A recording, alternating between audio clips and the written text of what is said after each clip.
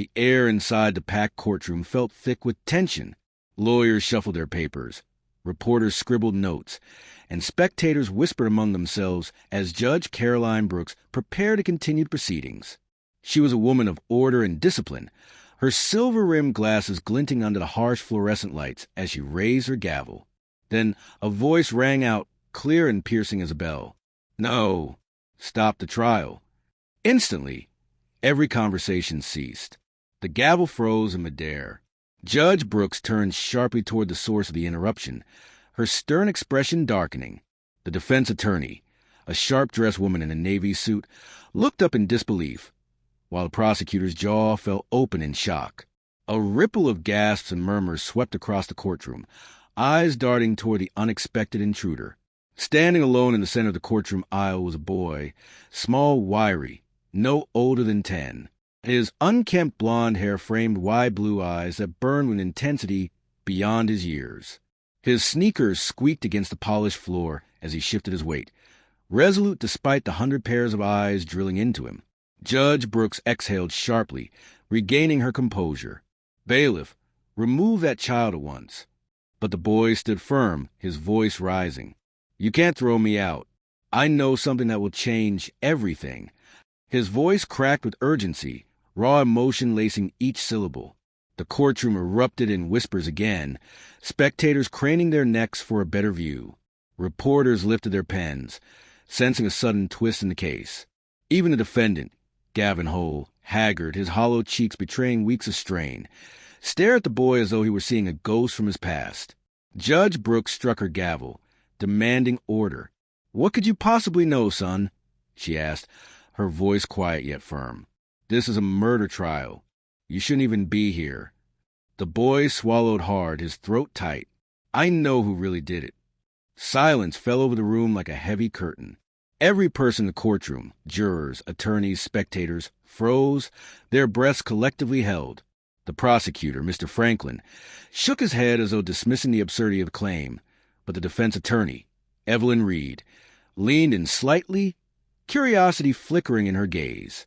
Then, with a trembling hand, the boy pointed at the defendant. It wasn't him. A collective gasp filled the chamber. Gavin Hull stiffened in his seat, his sunken eyes widening. His attorney's hand twitched as if resisting the urge to reach for him, to steady the moment spiraling beyond control.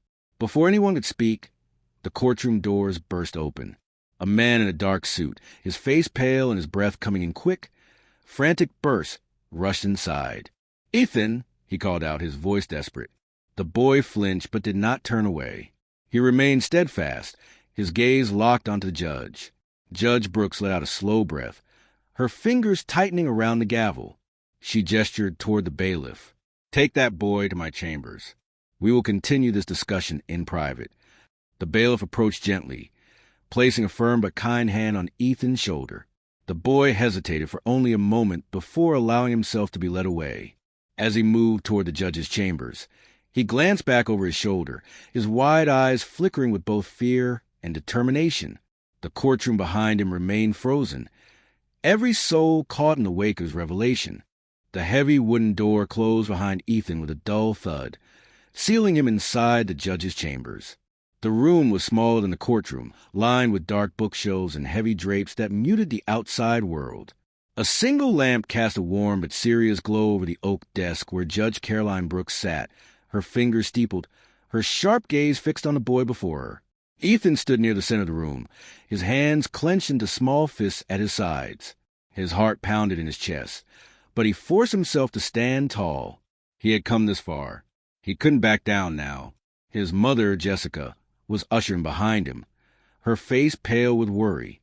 She reached for Ethan, placing protective hands on his shoulders. "Your Honor, please," she pleaded. "He's just a boy. He doesn't understand." "I understand perfectly." Ethan cut in, his voice trembling but firm. "I saw something. I know the truth." Judge Brooks studied him carefully, her lips pressing into a thin line. "Ethan, you need to be very careful with your words. Do you understand that? You've just disrupted a murder trial. If you're not telling the truth, there will be consequences." Ethan swallowed hard but nodded. "I'm not lying. I swear, I saw a man and a woman in the park that day. The woman was scared. She didn't want to go with him. And it wasn't Gavin Hole. At the mention of the defendant's name, the defense attorney, Evelyn Reed, leaned forward, intrigued. The prosecutor, Mr. Franklin, exhaled sharply, shaking his head in disbelief. This is highly irregular, Your Honor. We have hard evidence tying Hole to the crime. A child's testimony can't override that. It isn't just my testimony, Ethan said quickly. I have proof. The room went silent. Jessica's hands tightened on her son's shoulders. Judge Brooks leaned forward. Explain. Ethan took a shaky breath. I was in the park that day. I saw the man grab the woman's arm. He forced her into a dark blue sedan. It had a dent on the back bumper. I didn't think much of it at the time, but later I saw Alyssa Green's picture on the news. She was wearing a bracelet with a tiny sunflower charm, just like the one I found near the lake. Evelyn Reed's eyes widened. You found her bracelet?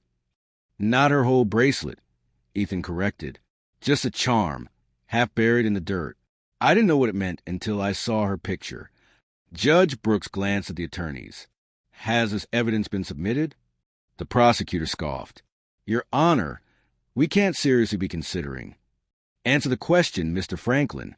Her tone was sharp, brooking no argument. Franklin hesitated. No, Your Honor. We were not aware of any such evidence. Judge Brooks exhaled through her nose, tapping her fingers against her desk. Then I believe we need to be sure we're convicting the right man. We'll call for further investigation. Ethan let out a breath he hadn't realized he was holding. His mother squeezed his shoulders, relief and fear mingling in her expression.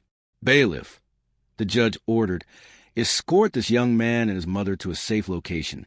Until we get to the bottom of this, their safety is a priority.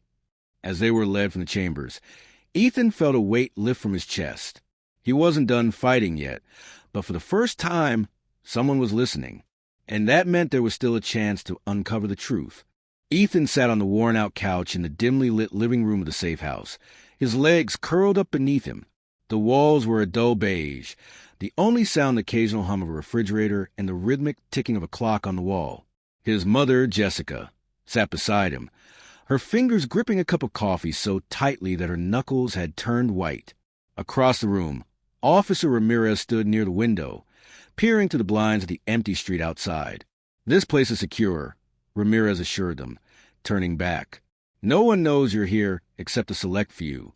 You'll be safe. Jessica exhaled a shaky breath. Safe, she muttered. Until when? Until this all blows over? Until they decide to stop threatening my son. Ethan stared down at his hands. He was still clutching the small sunflower charm he had found at the park, running his fingers over its smooth edges. His mind was a whirlwind of images. The courtroom, the judge's stern expression, the skeptical look in the prosecutor's eyes. He had told the truth. So, why did it still feel like a battle was just beginning?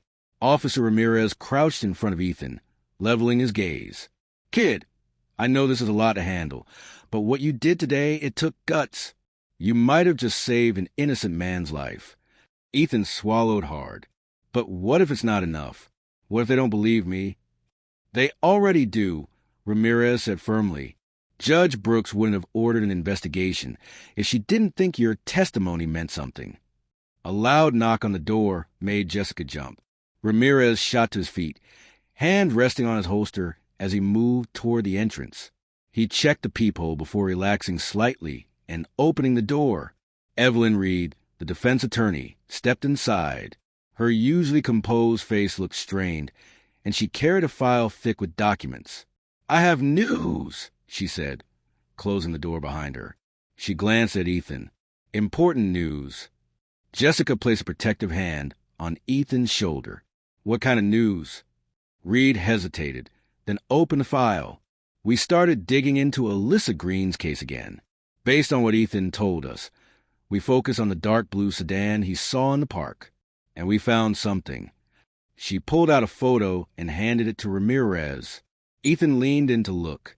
The image was grainy but clear enough to make out a vehicle parked near the lake, a dark blue sedan with a dent in the rear bumper. The timestamp on the photo was the same day Alyssa had disappeared. Jessica gasped. That's the car Ethan described. Reed nodded. It's registered to Kyle Becker. Ethan's heart lurched. Kyle Becker, Alyssa's ex-boyfriend. The same man he had suspected from the moment he saw that car in the park. That's not all, Reed continued, flipping through her documents. We pulled up phone records. Kyle Becker made several calls to an unknown number on the night Alyssa disappeared. That number belongs to someone we believe was involved in covering up her murder. A chill ran down Ethan's spine. Who? Reed took a deep breath. A police officer. One who worked the original case. The room fell silent.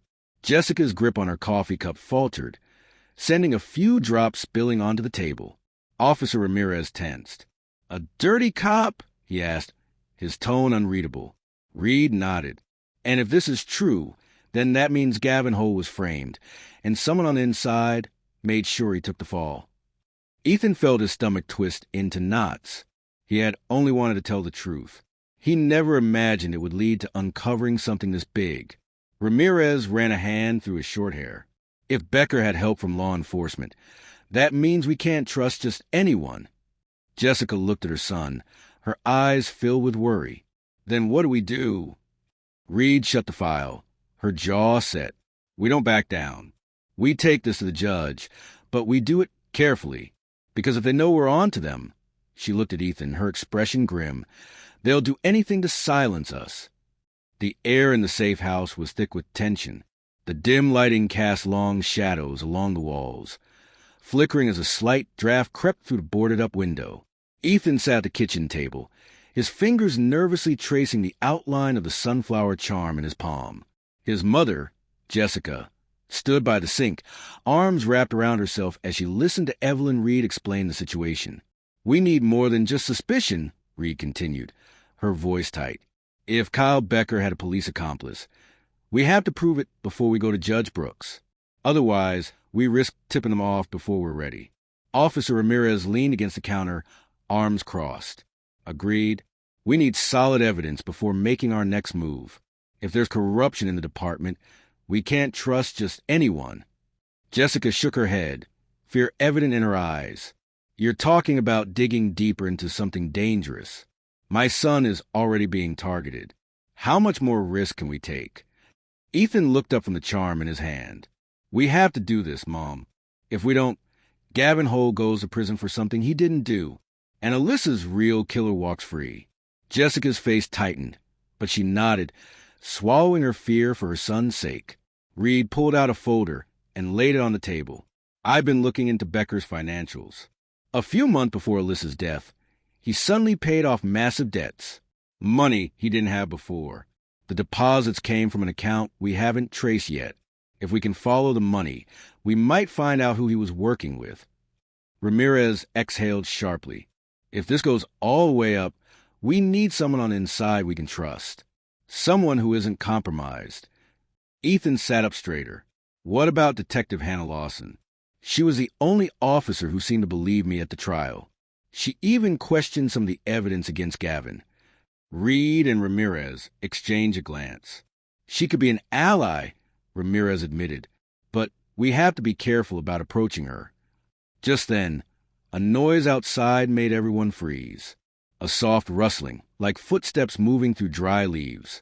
Ramirez was at the door in an instant, his hand hovering over his holstered weapon. He signaled for silence as he pressed his ear to the door, listening. Ethan's heart pounded in his chest. Was it Becker? The corrupt officer? Someone worse? A shadow passed by the curtained window.